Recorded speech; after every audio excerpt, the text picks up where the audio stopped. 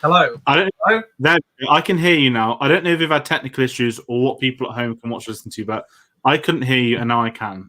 Okay, So, this feels really weird, like restarting the introduction, but we're here to talk about Nomadland anyway. So this is like the bookies' favorite. This is the odds-on favorite for this year's Academy Awards. And I want to say we're a week away. It's kind of that weird time for us in the UK where it's going to be late Saturday night into the early hours of Monday. We'll have times and everything during the stream. But this is the big one. We have two more Best Picture nominees to talk about as well. So we've got Promising Young Woman and Sound of Metal, which is coming out later this week. But this is the big one. So this is the drama film directed by Chloe Zhao, starring Frances McDormand. This is going to be spoiler free because we do want to say we managed to get a screener for this, an early screener. This isn't officially released on Star on Disney Plus until the 30th of April, and it's also getting a cinema release on the 17th of May. Won't it be nice to get cinemas back open again? Hopefully, fingers crossed. But yeah, before we get into the review properly, just over to George with the socials. absolutely, guys. As always, we want you to comment along with us. Now, we appreciate not anyone in the UK would have been able to have seen this. I believe this is streaming on Hulu in America, which is owned by Disney, of course. This is on a couple of Disney Pluses already. I think it's more the Atlantic side. So if you have seen it, comment your thoughts below, but we are going to try and keep it as spoiler-free as we can. That being said, we are pushing towards the Oscars. So there are some details of the Oscar live stream below. It'll be sort of 12. I think we always go like 10 minutes before the Oscars start. So we're around 12:50 a.m. on that Monday morning here in the United Kingdom. But if you want to find out some of our future videos, we'll let you know. The next two are going to be Sound of Metal and Promising Young Woman. We've got stuff prepared for them. But the best way to find out about our videos is like getting us on our socials, which is Facebook at Cinema Savvy, Twitter at Cinema_Savvy, letterboxd.com/CinemaSavvy. And we have a link in the description below for our Oscar giveaway and to the TeePublics also. Have a check of them. And as well, like we said, we are getting close to our goals now. If you do like our videos, you enjoy the content, smash that like button. It does help with the algorithms. And of course, hit the subscribe button because we're almost at 2K. We are building there. So once we get that sorted, it's going to be very exciting. We've got a couple of things planned. So when all that is met, obviously, we can share more details. But no, today we are, of course, talking Nomadland. And as we do with these Oscar films, we always sort of go away with sort of what awards it's up for at the moment. Sort of where it's coming in. Obviously, this is the big one. This is nominated for, I believe, 6 Academy Awards. And we're going to know, I guess, in the next sort of 8 days if it's won them. But that's Best Picture, Best Director, Best Actress, Best Adapted Screenplay, Cinematography, and Film Editing. Absolutely. And the story for this thing, again, not giving anything away. This is just sort of like the tagline plot. After losing everything in the Great Recession, a woman embarks on a journey through the American West, living as a van-dwelling modern-day nomad. I honestly didn't know anything about this movie. I had the title. I knew Frances McDormand was in it, and I'd seen a couple of sort of very short clips, or more shots really, from like the likes of the BAFTAs and other such things. And that was it. I knew nothing else. I didn't know anything about the story or anything going into it. So it's a very difficult film to talk about, really, because it's about 2 hours long. And we actually do have differing opinions on this film. So this is going to be a pretty interesting review, actually. I didn't really like it all that much. Now, I can understand the appeal of it. I know what the film's trying to get at. It's done in... I got like almost like a documentary vibe from it. It feels like it's a lot of sort of individual segments of Frances McDormand's character meeting these interesting people on her journey as her life as a nomad, sort of moving from community to community and just sort of that human connection, really. And I think that's kind of what the film's trying to get at, really. But I just found it a little dull. If I'm going to go into like my initial opinions, I think from cinematography standpoint, lighting, I think it uses a lot of natural lighting as well. Beautiful landscape shots, absolutely breathtaking, coverage of the I was going to say the Old West. We're not talking about News of the World now, but the American West, essentially. But I didn't really get a sense of, there is a story, but it's kind of vague. It's more sort of that personal human connection. It's kind of like a slice of life film again, I guess, in many ways. It's just, you are just sort of following Frances McDormand's character from place to place, these quirky kind of characters she meets. And then I think that also adding to that documentary feel, even in terms of how certain shots are framed, the way the camera moves as well, it feels like it's a lot of handheld camera. It kind of grounds you in that moment and almost makes you feel like you're in that community with it. But I don't know if you got like a documentary vibe from it. But I guess that also goes to the fact that a lot of the people, I don't know how many of sort of like the supporting cast in the film are actual real life nomads as well. So I guess that's where I'm making the connection with it. Yeah, no, absolutely. I didn't really get a documentary aesthetic. It was a very weird experience. I didn't know anything. I'd not seen trailers like you. I'd seen clips at the BAFTAs. I'd seen obviously the discussions online, the hype for it. Obviously, it's sweeping awards left, right, and centre. And this one I was really excited for. And one thing I'm going to quickly add before I give my thoughts. Um, Disgraceful to release this after the Oscars, as far as I'm concerned, on a streaming platform that everyone has access to. It is disgraceful, and that's the last time I'm going to say that. Thank you for this screener. Thank you that two of us could watch it, but it should have been before the BAFTAs. This is the British release dates. It should be like that, and I don't care that the Oscars made exceptions this year. Disgusting, as far as I'm concerned. So let me get that out of the way. I adore this film, and this was sort of strange because I've not seen many Frances McDormand films. I didn't know she did producing either, and sort of reading into a bit of background on this, that the book was released. It's very much a memoirs of a character that actually appears in this. And I was like, okay, I didn't know much about that, but it felt like I didn't know what to expect. And it reminded, and this is really strange, it reminded me of Once Upon a Time in Hollywood, in the same way that it's sort of spending a life in a day with these characters. This one's very much like we're spending, obviously not a day, more of like a year, I guess you could say, with Frances McDormand. And I was very curious about it because when it starts, I don't know where this is heading. I don't know what the purpose is. And as the film progressed, I started to really enjoy it. And we were meeting some really interesting characters. And I think not just this film, as far as I'm concerned, could only be made in America. I didn't even know the concept of a nomad was real until this week when I was watching some people just do nothing clips on YouTube. If anyone knows Chibuddy G, he claims he's a nomad and he lived in a van. I was like, oh my God, there's a film called Nomadland. I guess it's a real thing. And I thought it was really fascinating as an insight. And this is where maybe the documentary thing does come into it, that because it is stories from someone who's the real people involved, it was like sort of showing this sort of new community that I've never seen before. And there's very much a document. Now you've said it to me today, I was like, yeah, I guess it kind of does look like that. And it's kind of like if a documentary was sort of, and this defeats the purpose, but if a documentary was fictional, this is maybe the closest thing you get to it. And I thought it was fascinating that for a concept, there's no big immediate outright A to Z, A to B plot. This is my goal to do this. It was very much we're on a journey with Frances McDormand, and sort of I guess the sort of essence of the film is it very much brings on the whole like we'll see you down the road is I guess the message of the film. It's a quote that said a lot, and there's a purpose to it. And there's some really great scenes, and I think seeing these characters and her interact with the environment, I thought it did delve into very documentary-esque in a sort of good way. And I don't know, I was quite taken back. I had a really good time watching it. And the thing is, I mean, you know my film taste well. It's not my kind of film, and I think that's what's blown me away really more. Like I kept I think I messaged straight like this is winning Best Picture next week. Like forget the Minari talk we had the other day. Like I came out of this absolutely loving it, and I don't know what it is about it. It's kind of, I hate using the word charming, but I'd sort of say Frances McDormand, her character, there's a certain amount of innocence and sort of quirkability about her, and I think the film follows that, and it makes her likable that I enjoy spending time with her. And I think that's why the film works for me, is because I've really connected to her. Yeah, I think the word that you said after you, because we chatted briefly about it after I watched the film, just to sort of gauge where our opinions were at before we went live. And I think you said endearing was the word that came to mind. And I can see that appeal that people might have with it. I personally didn't have that, but I think that people that are going to appreciate this movie are, if you are a traveler, if you like, jet setting all over the world, seeing all these wonderful places, wonderful people. If you are a nomad, and you do love that lifestyle, or even if you just have like a love of people and society and community and all of that stuff, I think you're really going to appreciate this movie. I don't have any of those loves for any of those things. So, but even that, like Frances McDormand's one of the best actresses in the business. She's fantastic, but I didn't really get much from her performance. I think she does have some great scenes in there. I'm not going to go into spoilers and everything, but there's a scene that she shares with her sister, which is probably one of the best scenes in the film. And I kind of wanted more of that stuff. When she gets to the more emotional side to her, I felt like I was starting to warm up to her character more, especially in that scene. But for me, she was just kind of like a nothing character, and there was nothing particularly about Frances McDormand's performance that really wowed me. I don't think this is anywhere near the caliber of, say, her performance from 3 Billboards.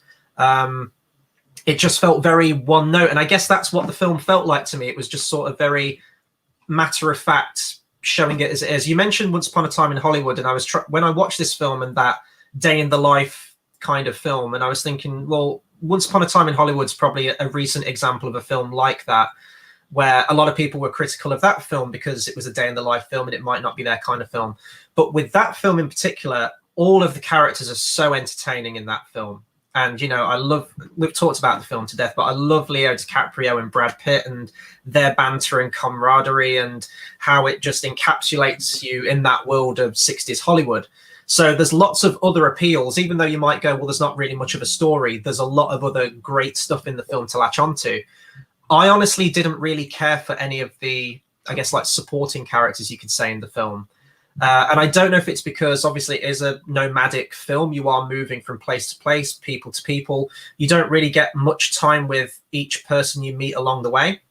And some people might say you just get enough. There's sort of like, I guess like a teenage kid, maybe like young 20-something, who she meets twice in the film. And, you know, he talks about having a girlfriend. It's all these sort of like intimate stories they have, but they're very vague. And then we move on to something else. And I guess that does go along with the name nomadic. Like if you are traveling, you might have a quick connection with someone. It might be a conversation, a couple of exchanges of words, and that's it. But you might remember that. So I'm kind of torn on it in that way. I know why it was structured that way, and I know what they were trying to do. But for me, I like story, plot, and there is kind of like there is a character arc for Frances McDormand by the end of this film. And I'm not going to go into it because that's basically the antithesis of a character. But I like momentum to my story. You know, I like that structure, and we get lots of these mentions of. I guess I can say this. This isn't really a spoiler, but Frances McDormand's character, her husband's died,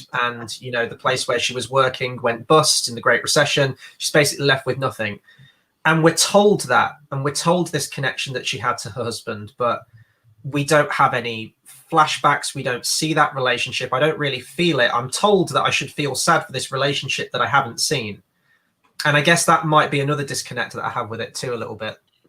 The husband stuff's interesting. To me, the recession is quite not hit hard because I was 12 when that happened. We know that obviously there was a worldwide recession in 07, 08 time, and America had far more of an impact than us. And what was fascinating was the titles on the opening few moments that this had happened, and the film sort of picked up after where she is just traveling in. And I thought it was really interesting that rather than have this big traumatic uproar of I need to sort my life out, I'm going to go traveling, it was able just to place you with her and skip all that. And to me, that was a really sort of powerful way to do that, where we don't need this big build-up. And I think maybe we'll get into the Amazon stuff now. There's been a bit of a ridiculous online drama saying this film glorifies working to Amazon. So, you know, with the Nomads, they take up, I guess, part-time, easy money jobs in the areas they're traveling to, working for like wildlife resorts maybe, or Amazon in the wintertime, the sales. And what really hit me this is set in 2012. Which was very strange to read after, because obviously it's only 9 years ago, and a lot of the world is the same as 9 years ago. But I think because we've had coronavirus in the last year, there's very much we had a recession in our country, but it's not to the scales of that. And it sort of left me lingering that after the next sort of year or two is done, how many more people will we get that have everything sort of taken from them? The industries will go, and there's nothing left. And I think it is very much a reflection on. Oh God, I think Jared has ruined this word forever for me. Very much a reflection on the society at the time, and I think having this set in that sort of post-recession, it's more of a film that's potentially anti-capitalism than anything. And we don't really get into that kind of stuff here. There's a couple of scenes with it, but there's no look at how great Amazon are. Amazon bailed her out. Amazon gave her jobs. It's not that. It's not an Amazon Studios film. If it was, maybe I'd be a bit concerned, but this doesn't paint them in a pretty light. It's a great way to introduce her and some of the characters, and that at a certain time, that's a guaranteed work they have. And I like those kind of things, but sort of this Amazon discourse that's happened last week, I think it's just bollocks. Maybe an absolute blunt net. And I think I've actually gone to find a Chloe Zhao quote where she says it's only relevance now. She wanted to look at older citizens and how they are treated by an economy, how we see them disposable unless they're contributing. Amazon's probably a perfect example of for them. Again, 9 years ago, very different to Amazon of now. So let's just get the Amazon stuff out of the way. But aside from that, I don't know. I really connected with her and her journey. And I think you mentioned a scene of her sister, which is probably one of the strongest scenes, which is very interesting because it's one of the few scenes set in, I guess you could say, an urban setting. Is that a spoiler? And I thought there's a really interesting sort of discussion they have, and you get the odd comment left field about sort of societies and whatnot. But I think after that scene, that was when it hit me. I was fully with this character on this journey, that there was going to be a make or break scene, and we get some really good stuff of her trying to settle down back into a normal life and that she can't do it. And I just think the film just captured me, and I don't know if it's the writing, I don't know if it was the cinematography. I thought the editing was superb. I thought the soundtrack was great. Very sporadic use of song, but for a sort of lonesome traveler, you want something that you don't want anything we've seen before. And that's where I've kind of had this sort of fascination with the film. After that, I'm looking at this film, and I don't think I've seen anything. The fact I had to draw to Once Upon a Time in Hollywood, which is nothing like it, except the very, very, very vague basis of day in the life.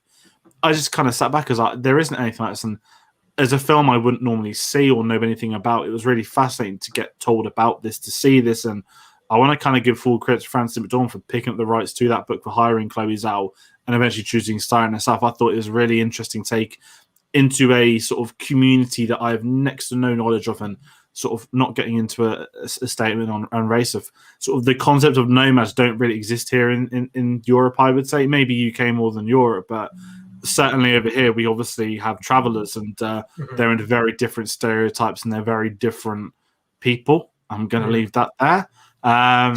Whereas, in a country as big as America, you can understand how people can. There's a great answer. I'm not homeless. I just don't have a house. And that's where I really liked that. It felt like this isn't something of simple. You couldn't make this film in England. You couldn't make this film in Europe. The America's probably the only place you can make this in. And that's why I think sort of the fact it was on location, the fact that the crew, were nomads for filming as well. I thought there's a fascinating way for them to probably delve deeper, and really interesting using the real life people as fictional versions of themselves, rather than having there's a couple of actors. I think there's 2 actors in truth. The rest are actual nomads. I thought that was a really fascinating take from Chloe Zhao. Yeah, I think in terms of the visuals as well, there's a lot of sort of long establishing shots where the camera will just follow Frances McDormand. Probably the most famous one in the film, I guess, is the one where it's like the sunset or dusk. It's like this beautiful pink sky, and she's just sort of walking around the camp, amongst all like the caravans and everything, the trailers. You got like quad bikes driving past in the background, and it was the scenes like that I think I appreciated the most. It is a very pretty film when it cuts to shots like that. There's a scene where she's traveling and she goes past like a buffalo in the West, and I'm like, okay, beautiful shots. In terms of cinematography, it's absolutely outstanding, and the music as well. Need to bring up who did the music to this thing. Ludovico Einaudi, I think that's how you pronounce it. Loved the piano piece of music, and it really complemented the visuals very well. Quite understated. I don't think there's anything like memorable from it, but it works for the film, and it's quite subtle and understated. But for me, I think the biggest drawback was that I didn't really connect with Frances McDormand's character. I know what they were trying to do. I know that she does have a character arc, but it's a lot of things mentioned in passing to previous events, and I just don't have an attachment to those previous events. But I think the big thing is that I'm not going to say it's a film that doesn't have a point, because her character does reach a point where then she can sort of move on, and with like a clear head, and I don't want to go into spoilers, she's sort of like let go what she was holding on to for a long time so that she can move on to like an uncertain future. Which I appreciated. I thought that was a good ending for it, but it lacked that narrative drive for me. And I don't know if it was that I just didn't care about the main character, the supporting characters. I felt when it came to the editing as well, and maybe this is more a case of film structure than it is editing per se, I felt like you could shuffle any of these scenes around in any random order and the film would still play out exactly the same. You could move the house scene to earlier on, then you could move the bit where she meets this woman to after that. And because she is a nomadic person moving from place to place, there isn't really any sort of connective tissue between all of the individual scenes, so I like the themes of it. And I think actually you mentioned sort of like, especially with coronavirus in the world, I think that people are sort of like latching on to that human connection, that sort of, conversation, and actually meeting people, which we've been deprived with for quite a long time now, for like the best part of a year. So I don't know if that's playing a part into it, why people are really connecting with this film. It just didn't do anything for me. I can see all the aspects and why some people would appreciate this film. I don't know if I agree that I think it's deserving of the best picture. I guess we'll see in a week's time. I think I don't think it's a walk away strong year for the Oscars this year, but there have been other films that I've seen so far that I've connected with. As I mentioned, I still need to see Sound of Metal and Promising Young Woman, so I'm very much looking forward to those films. This just didn't do it for me. And I don't know if I went into this because I really didn't know anything about this film going in, as I mentioned at the beginning, but I think it's very difficult going into a film knowing that, it's been nominated for 6 Academy Awards. It's the odds-on favorite for Best Picture. And I think it's very difficult to separate yourself from that going into a film like this, knowing of all the insane hype and praise that it's had. So maybe I went in with slightly higher expectations. I'm not sure. I don't think it's an awful film, but I'd never really go out of my way to watch this film ever again. It just didn't hit me emotionally like it has with a lot of other people, I don't think. No, that's absolutely fair. I think the Best Picture discussion's worth having has been over very much a reduced Oscars, to put it politely. A lot of the big films obviously didn't get released, and any big films that would have come out that could have been nominated obviously moved. So it's a very thin Oscar. I think this one is not comfortably the best, and that's the wrong word. I think this and Minari and Judas and Black Messiah to me are a top 3. Obviously, I need to see the other 2, but very interesting 8 they've picked. Obviously, we've seen 6 of them now.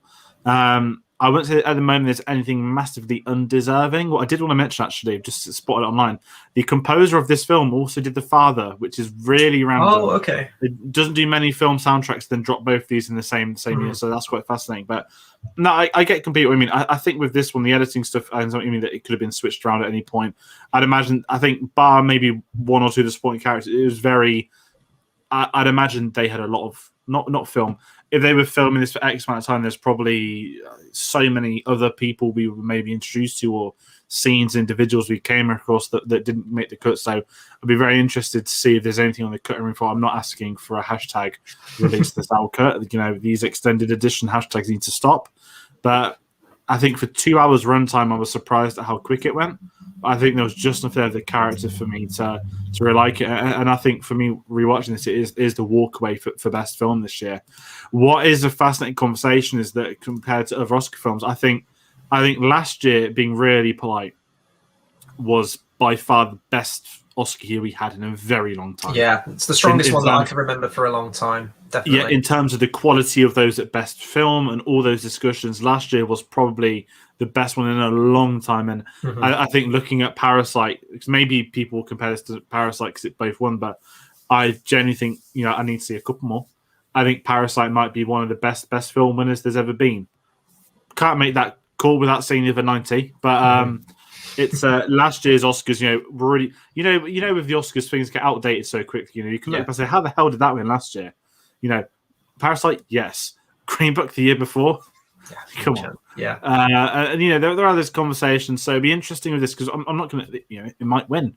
My money is still on, if anything does take it away from it would be Minari. But I think this has it in the bag, and kind of what you're saying. I feel like this does reflect the Corona year, that year of isolation and that kind of stuff. I think it was a really fascinating year to release it, and I guess it's also worth mentioning. Sorry, that this is a Fox Searchlight film, which does fall under Disney now. And what will be weird is April 30th when this pops up.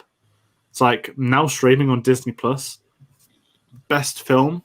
That's going to be a weird image. But this was budgeted, done years ago. So very curious to see what Disney want to carry on with the Fox production label. If they've just bagged themselves the best winner, they'd be foolish to stop now. Just keep it under that Searchlight. But aside from that, sort of my final thoughts on it, I had a really good time with this. It's hard to say. I'm going to say, 'cause this hasn't come out, do watch it for everyone at home. When this does get released, watch it. I would actually love to see this at a cinema. There's something about that imagery. I think it's shot on 35mm. I think it'd be really nice to see it at a cinema. I think because it's so visual. I'm not going to say I'm going to see it May 17th. But if there's a wider cinema release, I might pop back in a couple of weeks after and watch it again. Yeah, and it does, going back to like the Oscar thing as well, to take the tinfoil hats off a second, it does make you wonder, are they holding out to dub it on Disney Plus? And winner of Best Picture, we've got Nomadland, and also the director as well. You mentioned this, the fact that we're getting Eternals. Is it this year or next November? year? Yeah, exactly. It's being delayed. I keep forgetting it's coming out this year because we haven't had any marketing material. We haven't had any trailers. You were saying, are they holding off to wait to go? And the director of the best picture of Nomadland, here we are, the Eternals. So it does make you wonder if there are sort of like powers that be, and they're all like planning everything. I guess we'll find out though. We'll find out next week. But yeah, I guess that'll do it for our review on Nomadland. I'm now going to open it up to everyone else, and I realize that this film hasn't been properly released yet for the most people. But if you have seen Nomadland, do let us know what you thought of it. And even if you haven't, let us know if you are looking forward to seeing it, and indeed the Oscars, and if you've seen any other Oscar films, anything about the Oscars essentially. And be sure to like, comment, share, subscribe as well. As you mentioned, we're going to bring up the time once again. So that is the time that we're going to be going live next week for our annual live stream of the Oscars. I think you said this is the 6th year that we've been doing it. Jesus Christ, time's gone so quick. But I think it'll be a good one. It's going to start officially at 1 a.m. for us in the UK. But as you mentioned at the beginning, we're going to jump on about 10 minutes before. Open discussion for you guys. So please feel free to jump on that. It's always a good laugh. And energy drinks will be consumed aplenty, I'm sure, that night to get us through it.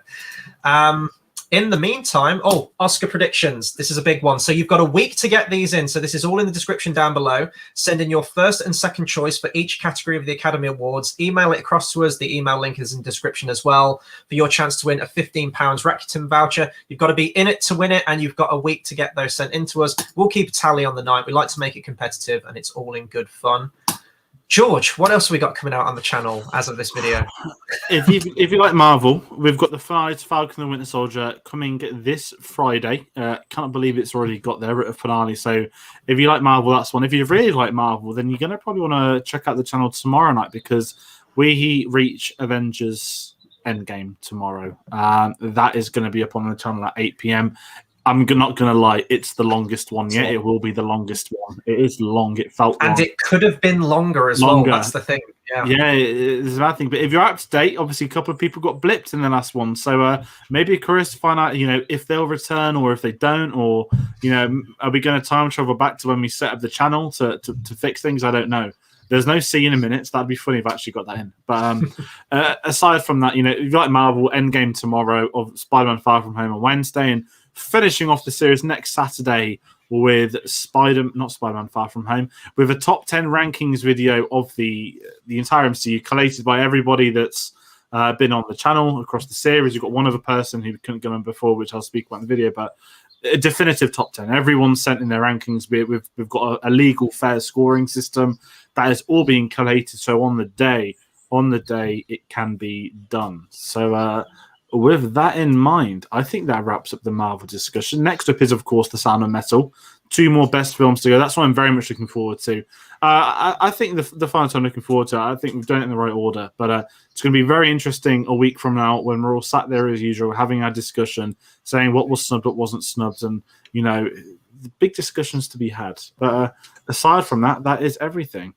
Yeah, so just real quick blast of the socials as well at the end. So with all these reviews that are coming out for times where you can expect us to go live on these reviews, follow us at Facebook at Cinema Savvy, Twitter at cinema_savvy, once again, letterbox.com/cinemasavvy, and once again, TeePublic link in the description down below. Once again, don't forget those Oscar predictions, and we'll see you guys on the next video. Take care, everyone.